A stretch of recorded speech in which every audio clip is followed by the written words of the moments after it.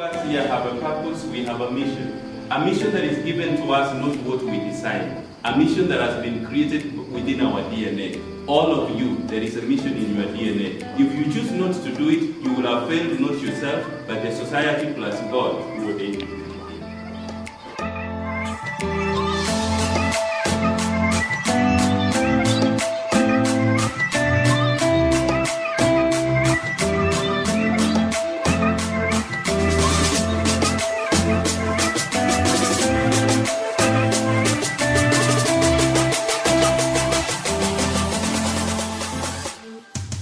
Dear friend, our first message was reflecting in your friend. Now when your friend more below pretend you could defend and not try to meet your hands. Ulisema wewe si lazy, but since you went through school, I was telling muscle in the name of hustle. So kama complete your brain so as to make it train. Si mbaya, but the below game you conflicted na pain. And since now we will not try to get your own one. If on the other side, unapanda my country, less than 40 words. Kazi yako mko tunashinda online. Kuinsight na propagate fear. Chukua kuna mseu kutumia what improve your soul and brain, ni watu bando zamia. Nafanya jambo la kufikiria. At if things get out of that keyboard, wewe utaumia. And the so-called child will want to be near. Dear friend, sikazia kama mko tunimosity. Ukisupplot hizo useless na tribal titis. Ama unaona ni box mele vile tribe si fit ni kwa state of fit in. Ama kwa ni funny. Ndio mheshimiwa alisema anatoka na Wafula, najua kina Kimani. Dear friend, my simple plea, without this simple temptation of social media, please damn your morals under today's nation. Hambaba. So big up for him. Big up for him. Let's give a very patriotic welcome our next presenter. Dear friend, why are you not speaking? Good. This is a good organization, and I want to thank Paul for this very good and wonderful organization, and I'm humbled to be amidst you guys. And when Paul came to the office where I sit, I could not clearly see what he wanted to do. But by you coming, I can see that there is something that is intended for you guys. My name is Moffat, as he said. And I'm here so that we learn together on what is the theme that you chose, professional presence in our society, that makes an impact in our lives. I'll get started with a story. It'll take about 2 minutes. And a story is given of 2 gentlemen, and these 2 gentlemen were salespeople. And they were sent to another country where they were supposed to sell shoes. And when the 2 gentlemen reached the country they were sent to, all of them gave different reports. The first one came and said, "Hey, mkubwa, pale hakuna kuuza, kila mtu hakuna mtu amevaa viatu, so we cannot sell shoes." So that's the first person. The second person said, "We have a big potential. Nobody there wears shoes." So number 1 would be, when we want to advance our careers, we need to have a positive attitude. This person who went back to his boss and said, "We do not have a market there." Did he go anywhere? No, he didn't get anywhere. But this person who had a positive attitude and said that in that country where people don't wear shoes, then we have a very big market there. So we need to be very positive about our career goals, and nothing should bring us down. The second one on time management, you need to do a schedule probably and say, by the end of the day, this is what I should have done. And at the end of the day, you need to look back and say, I have actualized on 1, 2, and 3. I didn't do this. I planned to do. So let's not procrastinate so much on everything that we do. The fourth one, I'm going to give it to my boss to answer it, how to relate with the others in the office. On the relationship with, of course, my friend will also respond. On relationship with your juniors. You know, every job has a description of duties and roles. And it is important that your juniors understand what you do so that when you give them the responsibilities according to what they are supposed to do, they are sure that you will ask them why they did this and why they did not do it. Because that is accountability. Accountability goes together with delegation. If there are duties you are delegating, let them know that you will ask them to respond to you. So you need to cascade. You need to cascade the roles and the strategy to subordinates and be open. I mean, when you are calling your junior to the office, like me when I talk to them, we are friends. I mean, there are these things you are supposed to do, so that I'm also able to finish my report. Where are you? There is something I read. I know most of you have read it. That your girlfriend might be somebody's ex.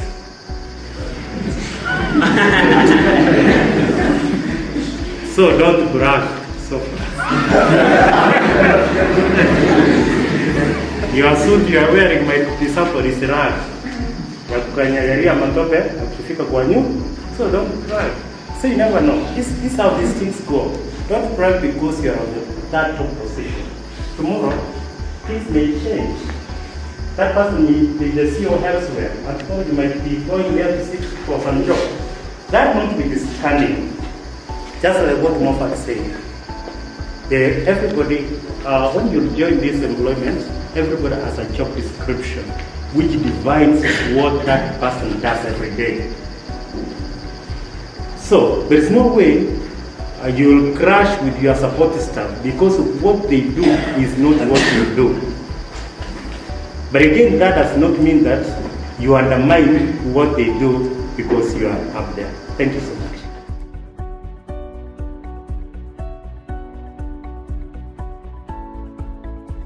I have a question for Moffat.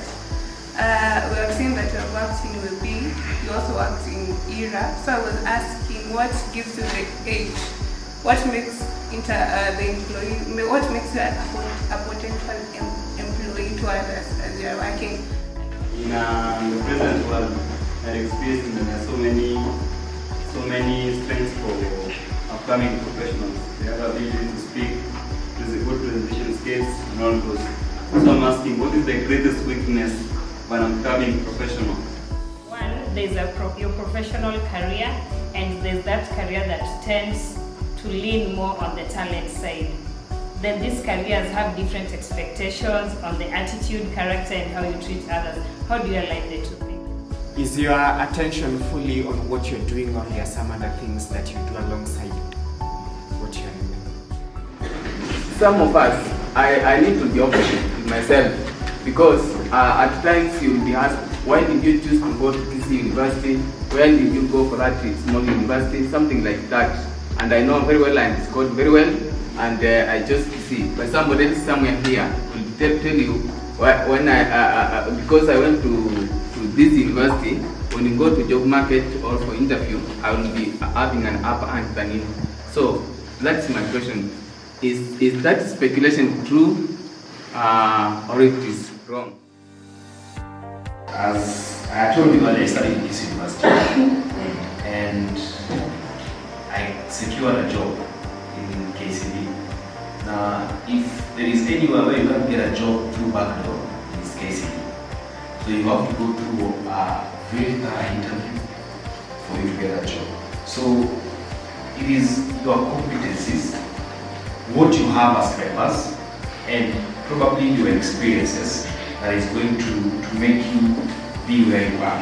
I have classmates who work for Davis and Shapley. I have classmates who work for very prestigious audit companies, and all of them, none of them used the backdoor. All of them went through competitive interview processes and they passed. So the issue of KISS University is still a young university that should get out of view. I can say one word.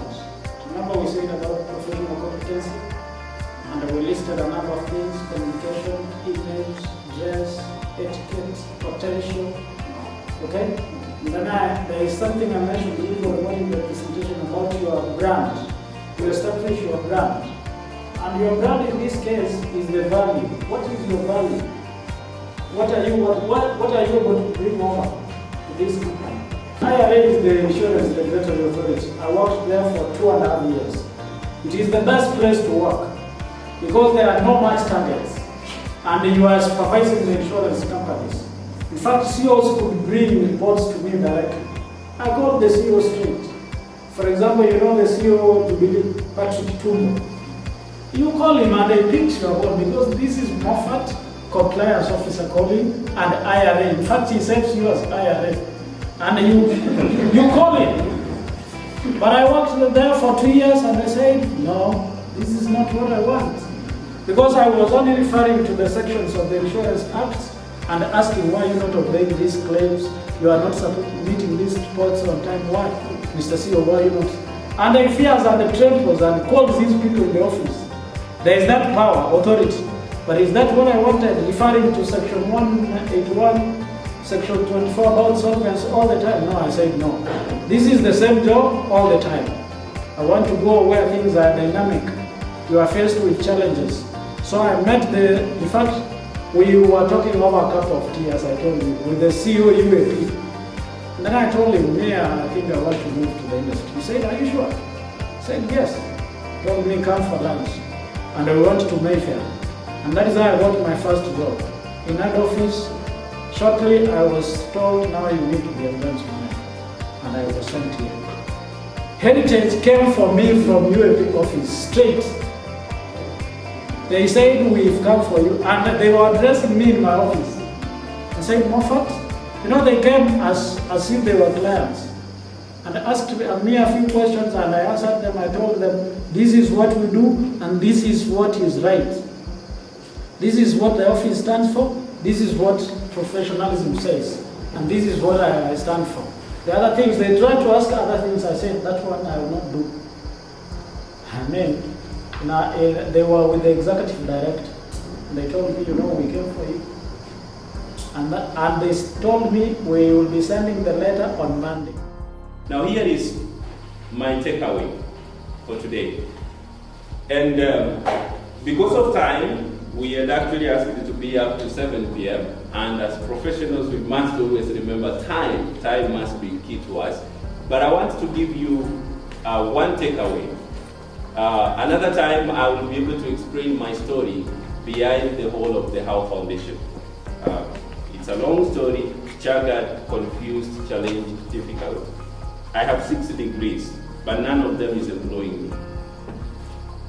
What employs me is who I have made myself to be. What makes me available to you guys is not because I have a job in KISS University. It is because I have a commitment that I took long time, thanks to my elderly dad. I want to ask you, please, take serious the 4 eternal things: truth, justice, goodness, and beauty. Take those very seriously, keep them and cherish them. Look deeply within you, find what is beautiful about you and how do you share that beauty with the society, because God has created you here to give beauty to His creation.